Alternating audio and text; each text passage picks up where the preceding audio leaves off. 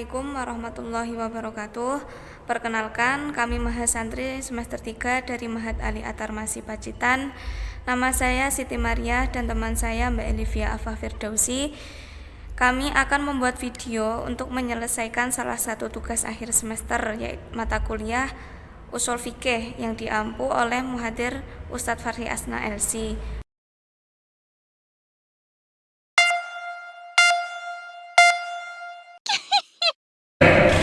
Bismillahirrahmanirrahim. Assalamualaikum warahmatullahi wabarakatuh. Perkenalkan, nama saya Siti Maria dari Mbak Afwa. Kami di sini akan menyampaikan sedikit materi ushul fikih yang kami kutip dari kitab Al-Waraqat, yang pemaparannya akan disampaikan oleh Mbak Afwa. Baik, pada kesempatan kali ini saya akan menyampaikan sedikit materi ushul fikih yang saya kutip dari kitab Al-Waraqat karya beliau Imamul Haramain Al-Juwaini yang telah disyarahi oleh Imam Jalaluddin Al-Bukhari.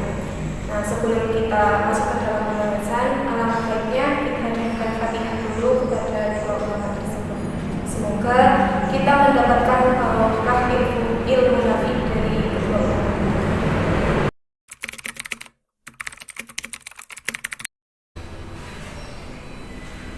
Baiklah, sebelum kita masuk ke dalam materi, saya akan memaparkan atau menyampaikan sedikit biografi dari mu'alif kitab Al-Waraqat ini. Beliau bernama Al-Imam Al-Alamah Abdul Malik bin Yusuf Muhammad Al-Juwaini Al-Iraqi Asy-Syafi'i. Beliau lahir pada tahun 419 Hijriah dan wafat pada tahun 478 Hijriah. Dan beliau berusia kurang lebih adalah 59 tahun. Baik, sebelumnya sebelum kita masuk ke dalam materi tentang ahkam syariah atau pembagian-pembagian hukum, saya akan menyampaikan setidaknya kita itu harus tahu apa itu ushul fikih. Jadi ushul fikih sebagaimana yang telah dijelaskan dalam kitab Al-Waraqat itu terdiri dari dua juz atau dua bagian, yaitu ushul dan fikih. Dan apa itu yang dimaksud dengan ushul? Ushul sendiri itu merupakan sesuatu yang dijadikan sebagai landasan dari perkara yang lain, atau merupakan suatu fondasi dari perkara yang lain. Seperti halnya adalah pohon. Usul dari pohon itu adalah akar. Akar itu adalah usul dari pohon agar bisa berdiri dengan tegak. Nah, atau sebagai fondasi dari pohon itu namanya adalah usul. Kemudian fikih yang telah dijelaskan di dalam kitab Al-Waraqat, fikih itu adalah ma'rifatul ahkam syariah allati tariquha al-ijtihad. Fikih itu merupakan mengetahui hukum-hukum syarak yang pemahamannya itu adalah diperoleh dengan proses ijtihad. Dari definisi fikih di sini ada ma'rifat. Apa itu ma'rifat? Ma'rifat yang dimaksud dalam pengertian fikih ini adalah berupa dzon yang persentasinya adalah 75%. Bukan fikih mengetahui sesuatu yang persentasinya secara hakul yakin, secara 100% bukan. Kenapa? Karena fikih itu merupakan hasil pemahaman dari para ulama terhadap Al-Quran dan hadis. Ma'rifatu al-ahkam syariah. Sedangkan al-ahkam syariah, di sini ahkam syariah itu merupakan kitabullah yang bersangkutan dengan mukallaf. Ahkam syariah itu ada dua macam, ada hukum taklifi, ada juga hukum wad'i. Yang dimaksud dengan hukum taklifi sendiri adalah hukum yang berhubungan dengan perbuatan-perbuatan orang mukallaf, seperti halnya hukum wajib, hukum sunnah, hukum haram, hukum makruh, dan mubah. Apa itu wajib? Wajib itu merupakan suatu tuntutan atau khitabullah untuk menjalankan suatu perbuatan yang sifatnya adalah mengharuskan, harus dikerjakan. Sedangkan sunnah itu sama dengan wajib, sama-sama tuntutan untuk mengerjakan suatu perbuatan, hanya saja sifatnya tidak mengharuskan. Terus apa itu haram? Haram itu adalah suatu tuntutan untuk meninggalkan suatu perbuatan yang sifatnya adalah mengharuskan. Terus makruh itu hampir sama dengan haram, sama-sama tuntutan untuk meninggalkan, akan tetapi sifat yang tidak mengharuskan. Kemudian yang terakhir ada mubah. Mubah itu adalah suatu khitabullah yang berbentuk suatu pilihan, boleh untuk dikerjakan dan boleh juga untuk ditinggalkan. Adapun jika dilihat dari perkaranya itu sendiri, kelima hukum syariah tadi yang berupa wajib, sunnah, haram, makruh, dan mubah itu memiliki definisi yang berbeda. Kalau wajib itu adalah sesuatu yang jika dikerjakan itu mendapatkan pahala dan jika ditinggalkan akan mendapatkan dosa. Kemudian sunnah tadi kan memiliki definisi yang bersama dengan wajib. Di sini juga hampir sama. Sama-sama ketika dikerjakan mendapatkan pahala, hanya saja kalau sunnah ketika ditinggalkan tidak mendapatkan dosa. Kalau haram itu adalah kebalikan dari wajib. Kalau haram itu ketika kita mengerjakannya mendapatkan dosa, dan jika kita meninggalkan mendapatkan pahala, kebalikan dari wajib. Kalau makruh itu hampir sama dengan haram, ketika ditinggalkan akan mendapatkan pahala, hanya saja kalau dikerjakan tidak mendapatkan dosa. Yang terakhir adalah mubah. Mubah itu tadi adalah suatu pilihan. Ya, sama.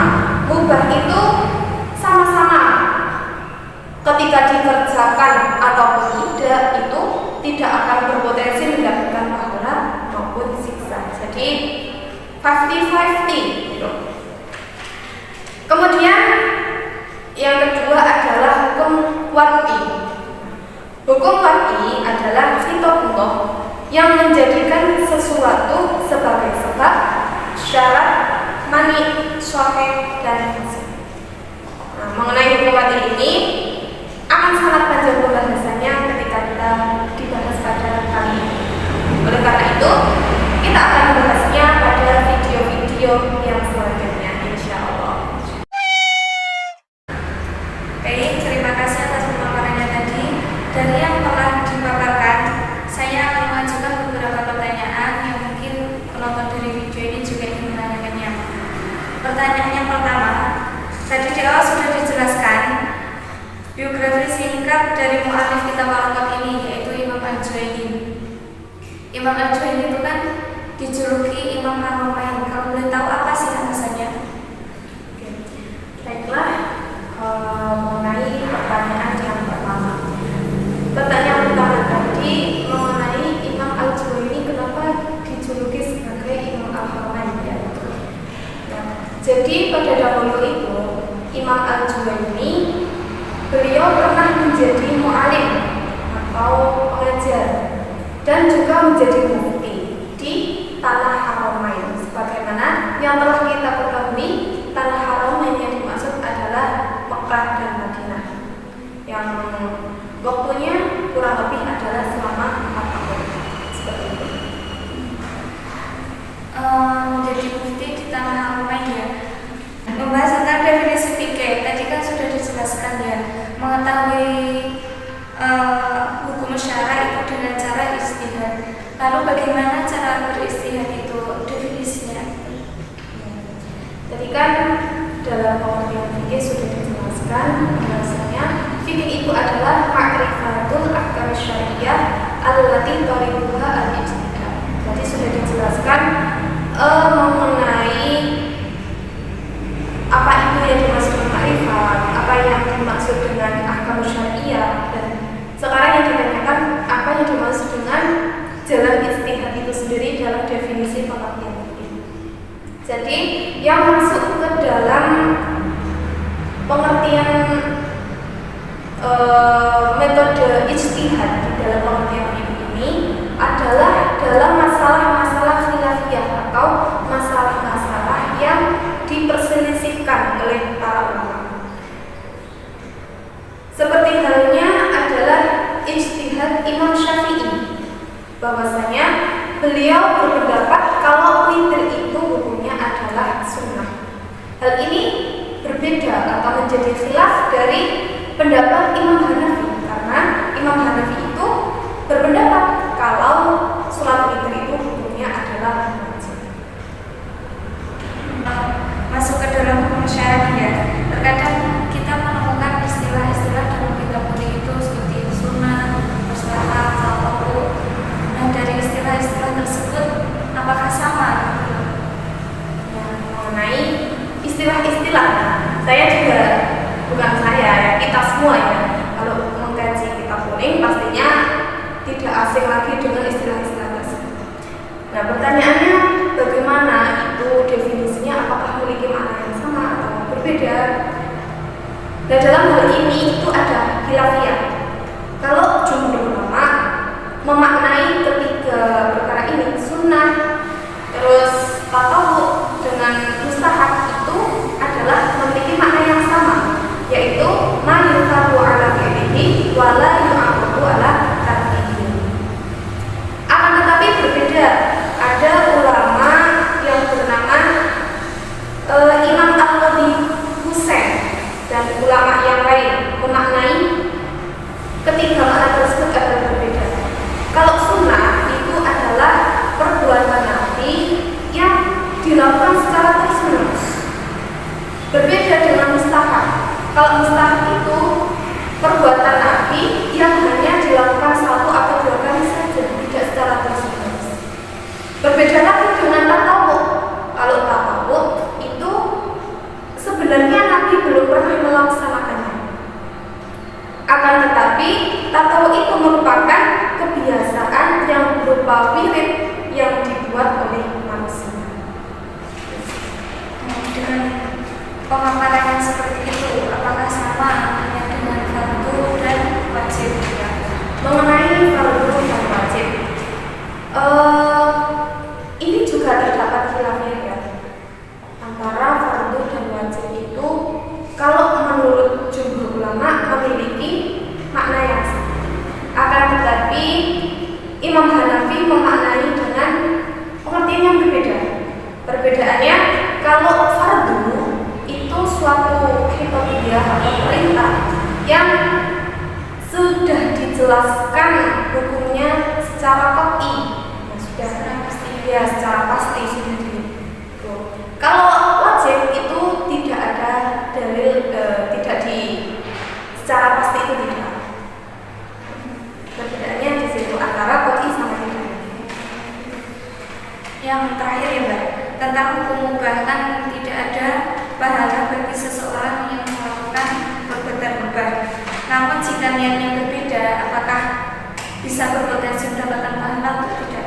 Ya, sangat bisa, sangat bisa.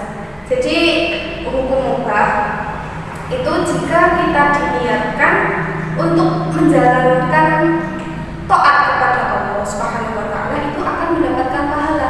Meskipun asalnya hukum mubah itu tidak mendapat pahala baik mau dikerjakan ataupun tidak. Tapi ketika kita melaksanakan hukum mubah dengan niat agar ibadahnya tambah semangat, agar tambah kuat ibadahnya untuk menjalankan taat kepada Allah, maka perbuatan tersebut akan mendapatkan pahala. Nah, seperti halnya ketika kita makan itu kan hukumnya sunnah, hukumnya adalah mubah. Hukumnya adalah mubah, yang mana ketika kita melaksanakan, baik kita mau makan atau tidak, itu tidak akan berpotensi mendapat pahala maupun dosa. Namun ketika kita makan dengan niatan semoga dengan aku makan ini maka aku akan menambahkan taat, ataupun supaya ibadah